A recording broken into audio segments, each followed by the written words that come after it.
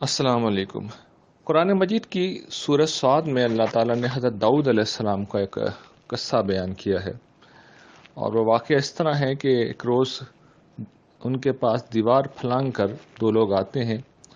اور ایک شخص یہ کہتا ہے کہ آپ ہمارے اس طرح آنے سے گھبرائیے نہیں، بلکہ ایک مسئلہ ہے، ہمارا ایک اختلاف ہے، وہ آپ حل کر دیجئے۔ یہ میرا بھائی ہے، میرے پاس ایک دمبی ہے، اس کے پاس 99 دمبیاں ہیں، اور اب اس نے مجھے باتوں میں دبا لیا ہے، ہم مجھ سے کہہ رہا ہے کہ میں اپنی ایک دمبی بھی اس کے حوالے کر دوں۔ حضرت داؤد نے یہ سنتے ہی کہا کہ بھئی تم نے جس شخص نے 99 دمبیاں ہوتے ہوئے ایک دمبی کا مزید مطالبہ کر دیا ہے تو یہ بڑی زیادتی کی ہے۔ لیکن یہ کہتے ہوئے انہیں اندازہ ہو گیا کہ اصل میں اللہ تعالیٰ ان کی توجہ اس واقعے کے ذریعے سے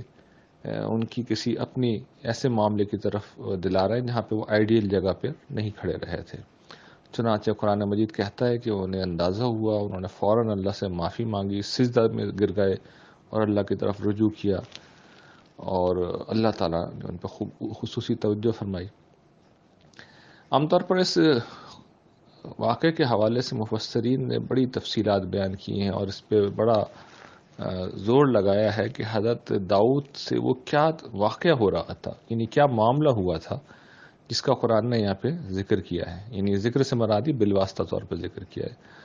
حالانکہ سوچنے کی بات یہ ہے کہ جس واقعے کو اللہ تعالیٰ نے بیان کیا، ہمیں اس کی تحقیق کرنے کی کیا ضرورت ہے؟ اور پھر میں اصل میں میرے لیے جس پہلو سے یہ برس سے یہ واقعہ ایک مسئلہ بنا رہا ہے کہ قرآن مجید نے اصل میں خاص پس منظر میں اس واقعے کو ذکر کیا ہے، اور وہ پس منظر یہ ہے کہ رسول اللہ صلی اللہ علیہ وسلم کے حوالے سے قرآن مجید کفار کا ذکر کر رہا ہے کہ آپ نے دعوت دین دی ہے۔ سورہ صاد کا آغاز ہو رہا ہے کہ یہ قرآن مجید ان کے پاس آیا ہے، لیکن یہ ضد ہٹ دھرمی سرکشی میں پڑے ہوئے ہیں، یہ کہہ رہے ہیں کہ ہمارا نبی معاذ اللہ جادوگر ہے، معاذ اللہ جھوٹا ہے، اور اپنی بات پہ اڑ گئے ہیں، سرکش ہو گئے ہیں، اور پھر اللہ تعالیٰ نے عذاب کی وعید کرتے ہیں، اور پھر رسول اللہ صلی اللہ علیہ وسلم سے یہ کہتے ہیں کہ آپ ان کی باتوں پر صبر کریں اور ہمارے بندے داؤد کو یاد کریں۔ تو یہ قرآن نے ریلیٹ کیا ہے، تو یہ سمجھ میں نہیں آتا تھا کہ قرآن مجید جو ہے وہ اس واقعے کو یہاں بیان کیوں کر رہا ہے۔ لیکن نظم کی روشنی میں جب اسے رکھ کے دیکھا جائے، اور میری پچھلے دنوں اس طرف توجہ مبذول ہوئی، میں نے ایک آرٹیکل میں یہ بات لکھ بھی دی ہے، وہ انشاءاللہ شائع ہو جائے گا، لیکن میں زبانی طور پہ اس لیے بیان کر رہا ہوں کہ یہ معاملہ اصل میں لوگ جس واقعے میں حضرت داؤد علیہ السلام کی کوئی کمزوری ڈھونڈتے ہیں کہ وہ معاملہ انہوں نے کیا کیا تھا جس پہ قرآن نے توجہ دلائی ہے، اصل میں کسی کمزوری کا یہ بیان نہیں ہے، حضرت داؤد کی عظمت کا بیان کر رہے ہیں اللہ تعالیٰ۔ چنانچہ شروع میں جس طرح ان کا ذکر کیا گیا ہے کہ ہمارے بندے داؤد کا ذکر کرو، یہ التفات کا بڑا خصوصی قرآن کا طریقہ۔ اسی طرح ان کی روحانی اور مادی سلطنت جو تھی، یعنی ان کی روحانی سلطنت پہاڑوں اور پرندوں تک پہ قائم تھی جو اللہ کا ذکر ان کے ساتھ کرتے تھے، اور مادی سلطنت کا حال یہ تھا کہ پورے فلسطین میں ان کا غلبہ اقتدار قائم تھا، اور بڑی حکمت کے ساتھ وہ سلطنت چلا رہے تھے۔ تو اس طرح اللہ تعالیٰ نے ان کا ذکر کیا، اور توجہ یہ دلائی جا رہی ہے کہ ایک طرف یہ شخص ہے، ایک عظیم بادشاہ ہے، لیکن حال یہ ہے کہ اس کو بالواسطہ طریقے پہ بھی نصیحت کی گئی ہے، اور اس سے ابھی نصیحت ہی نہیں کی گئی، ایک قضیہ اس کے سامنے پیش ہوا ہے، لیکن اس کا فوراً ذہن کہاں پہ چلا گیا،